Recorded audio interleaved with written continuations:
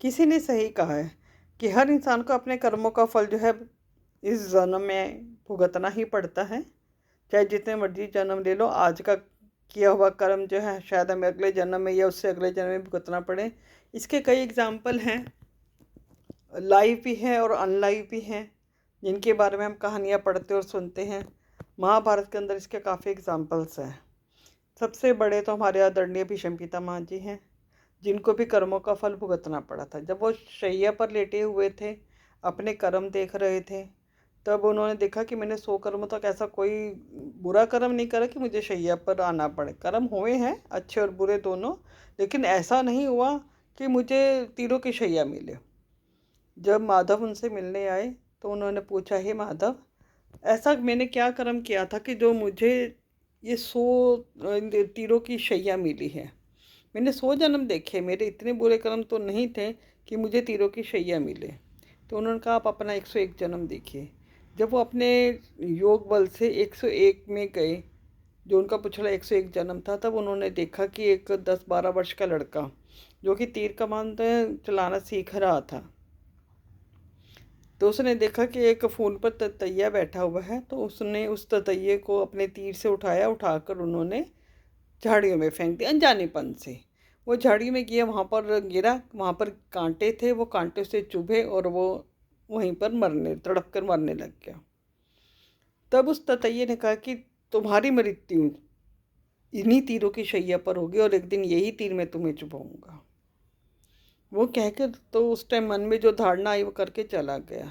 वो 100 जन्म उसने भी अपने अलग जगह पर निकाले, और ये जन्म भीष्म पिता जी ने भी निकाले, अच्छे ही निकाले, स्वर्ग में रहे। जब उनको फिर 98-99 जन्म हो चुके थे, तो अब उन्हें श्राप मिला कि आपको धरती पर जाना होगा। जब वो धरती पर गंगा माता के थ्रू इस दुनिया में आए, तब गंगा माता ने कहा कि मैंने अपने सारे पुत्रों को तो उसके जन्मों से पापों से मुक्त कर दिया है, शायद इसके जन्म अभी पाप अभी कर्म अभी बाकी हैं। तो उन्होंने उसको गंगा में नहीं बहाया, भीष्म पितामह का लालन पालन किया। जब भीष्म पितामह बड़े हुए तो उनके जो परपौत्र हुए, पोते हुए उनके, अर्जुन के रूप में वो ततैया जो है वो वापस आया। ना उनको अपना पिछला याद था, ना भीष्म पितामह को अपना पिछला याद था कि ये अर्जुन जो है, जिसे मैं इतना प्यार करता हूँ अपनी जान से भी ज़्यादा, एक दिन ये मुझे तीरों की शैया देगा। ना ही अर्जुन को ये याद था कि मैं वो ततैया हूँ जिससे भीष्म पिताजी महाराज ने जो है कांटों की झाड़ियों में फेंका था, और मैंने इन्हें कहा था कि मैं इनकी मृत्यु को इस तरह से दूंगा। सारा जन्म बीता, अच्छा बीता, आपस में उनका प्रेम रहा। लेकिन जब महाभारत का युद्ध हुआ, तभी इसी अर्जुन ने अपना बाण मारकर भीष्म पितामह को तीरों की शैया दी। इस तरह से उनका जन्म जो है, जो उन्होंने बात 101 वर्ष मतलब 101 जन्म वर्ष पूर्व कही थी, तो वो बात जो है 101 वर्ष के बाद, जन्मों के बाद वो सत्य हुई। जब इतने जन्मों के बाद किया हुआ कर्म उनके और हमारे सामने, उनके सामने आया, भीष्म पितामह के सामने भी आया, अर्जुन के सामने भी आया, उन्होंने इस कृत्य को किया भी सही, और बाद में पछता भी रहे थे कि मैंने ऐसा क्यों कहा था उस वक्त। तो ये ज़िंदगी है। हमें जो कर्म करते हैं, कई बार हम इंसान होकर अच्छे कर्म कर रहे हैं, इस जन्म में अच्छे से अच्छा करने की कोशिश कर रहे हैं, फिर भी हमारे साथ बुरा हो रहा है। हमने सबके साथ अच्छा किया और हमारी औलाद आगे ऐसे निकल जाती है जो हमें कष्ट देती है। बुढ़ापा आ जाता है 80-90 साल की उम्र के अंदर भी हम कष्ट भोग रहे होते हैं, जो शुरू से लेके एंड तक। हमें नहीं पता हमारे द्वारा क्या कर्म किया गया था पिछली बार में, और कौन से कर्मों का फल हमें भुगतना पड़ रहा है। ये देखिए, महाभारत के टाइम पर कितने ही संयोग बने उस टाइम पर, कि सब ने जो अपने पिछले जन्म के कार्य थे अधूरे, जो प्रतिज्ञाएं ली हुई थी, वो पूरी हुई। ये संजोग बनते हैं जब सारे चीज़ों के कर्म इकट्ठे हो जाते हैं, तब बनते हैं। भीष्म पितामह ने उम्र भर शादी ना करने का विचार किया था, ये उनका अपना कर्म था। अर्जुन ने जो प्रतिज्ञा ली थी ततैये के रूप में, वो पूरी हुई। और भी ऐसे कई कार्य थे इस महाभारत के टाइम पर जो पिछले कई सालों से पेंडिंग पड़े हुए थे, तो वो कर्म जो है सबके आगे आए और सबने उन कर्मों को भोगा। उस वक्त कोई भी ऐसा इंसान नहीं था जो अपने कर्मों से वंचित रहा हो या उसने अपने पिछले जन्मों का कर्म ना भोगा हो। वो शायद वर्ष ही ऐसा था कि सबको उनके कर्मों की सज़ा मिलनी थी। और उसके बाद तो भगवान ने भी नियम बनाया, भी जितनी जल्दी हो सके अपने कर्मों का पेंडिंग कर्म ख़त्म करो। लेकिन जब हम भी मर कर जाते हैं ना, हमें भी रील दिखाई जाती है, तो हम खुद ही डिसाइड करते हैं कि हाँ, हमने इसके साथ बुरा किया तो आगे हमारे साथ ऐसा होना है। जब ऐसा लोग जो है लोगों के साथ बुरा होता है तो एस्ट्रोलॉजर्स के पास जाते हैं कि हमारे साथ ऐसा क्यों हो रहा है। तो वो भी तो हमारी जन्म तिथि, वक्त और हमारी चीज़ों को देखकर बताते हैं कि आपके आगे पितृदोष लगा हुआ है, क्योंकि हमने अपने पिछले जन्म में पितरों का गलत किया है।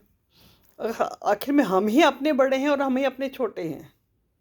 कहते हैं ना, पोता जो होता है दादा का रूप होता है और परपोता परदादा का रूप। यानी कि परदादा मर गया है, उसका जन्म जो है इस उसमें आया है, उसी घर के अंदर, तो हम अपने ही पूर्वज हैं। और हम आज जो बंधे हुए हैं, एक दूसरे से ही बंधे हुए हैं। जो लोग हमारी ज़िंदगी में थोड़े समय के लिए आते हैं ना, तो हमने उनका उतना ही बुरा किया होता, तो वो आके हमारा ऐसा कुछ कर जाते हैं। इसी रोल के अंदर अम्बा एक ऐसी थी महाभारत के उसमें, जो थोड़े समय के लिए आई थी एंड टाइम के अंदर, और भीष्म पितामह को शैया पर लिटा गई थी। तो कभी कभी हमारी ज़िंदगी में भी ऐसे लोग आते हैं जो थोड़े वक्त के लिए आते हैं, लेकिन नुकसान ऐसा देकर जाते हैं कि हम सारी उम्र उसका हर्जाना भरते हुए रह जाते हैं। कई बार बिल्डर्स को, आपने मकान खरीदा, वो चोर पैसा लेके भाग गया, आपकी प्लॉट आपने लोन ले लिया उसके ऊपर, कई बार सारी उम्र आप उसकी किस्तें भरते रह जाते हैं, लेकिन वो मकान ना तो आपका होता है ना आप उसको यूज़ कर पाते हो। तो ये बहुत बड़ी चीज़ें होती हैं। अपने कर्मों को सुधारिए। पता नहीं, कहते ना, पता नहीं कब किस रूप में नारायण मिल जाएंगे, तो हमें ये भी पता नहीं कब किस रूप में कोई शैतान भी आकर हमें मिल जाएगा और वो हमारा ऐसा कुछ कर जाएगा कि हम सारी उम्र उसका हर्जाना भरते रहेंगे। और उसके बाद हम भगवान से प्रार्थना करते रहेंगे कि काश आप हमारे कष्ट काटो, हमें इतना कष्ट क्यों दे रहे हो। भगवान तो कहते हैं मैं किसी के कर्मों में हस्तक्षेप नहीं करता, मैं तो तेरे दिल के अंदर बैठा हूँ। चोरी करता है तब भी तेरे को कहता हूँ गलत है, किसी को भला बुरा कहता है तब भी तेरे को पछतावा देता हूँ कि जो तूने किया वो गलत था। एक दूसरे के साथ अच्छा व्यवहार, पहले तो अपना व्यवहार ही अच्छा कीजिए। दुनिया को सुधार नहीं सकते आप, अपने कर्मों को सुधारिए ताकि हमारे जीवन के अंदर ये कष्ट ना आए। तो भीष्म पितामह से एक शिक्षा तो ज़रूर लीजिए, ये वाली, कि किसी भी अगर कीट को अगर आप फेंक रहे हैं तो देखकर फेंकिए, साइड कीजिए उससे। हम चाहे उसका जीवन बचा रहे होंगे, लेकिन उसे इस तरह से साइड में कीजिए कि उसको तकलीफ़ ना हो। वो ऐसा मन में कोई चीज़ अर्ज लेकर ना जाए कि इसकी वजह से मैं तड़प कर मरा। कोशिश हम कर सकते हैं, बाकी तो फिर रब रखा है इसे ही। इंटेंशन भीष्म पितामह की उस टाइम बुरी नहीं थी, इंटेंशन कई बार हमारी भी पूरी नहीं होती। हम जो कीड़े मकोड़ों को साइड कर देते हैं या कुछ कर देते हैं, घर में चूहे हो जाते हैं, हम उनके लिए दवाई डालते हैं, इंटेंशनली चूहों को बाहर भगाना होता है, लेकिन क्या कर सकते हैं, कई बार मृत्यु ही इस तरह से दी जाती है। कुछ कर नहीं सकते हम, लेकिन कोशिश कर सकते हैं अपने कर्मों को सुधारें, अपने अच्छे कर्म करें, ताकि ज़िंदगी में अगले आने वाले जन्म भी हमारे सार्थक हों। अगर आपको मेरी ये कहानी पसंद आई हो तो लाइक, कमेंट और शेयर ज़रूर कीजिएगा। अगली कहानी के अंदर हम महाभारत की एक असीम योद्धा यानी कि माँ अम्बा, इसमें अम्बा का जो रोल किया था जिसकी वजह से भीष्म पितामह, उनके बारे में बातचीत करेंगे कि उनको कर्मों का फल कैसा मिला। धन्यवाद।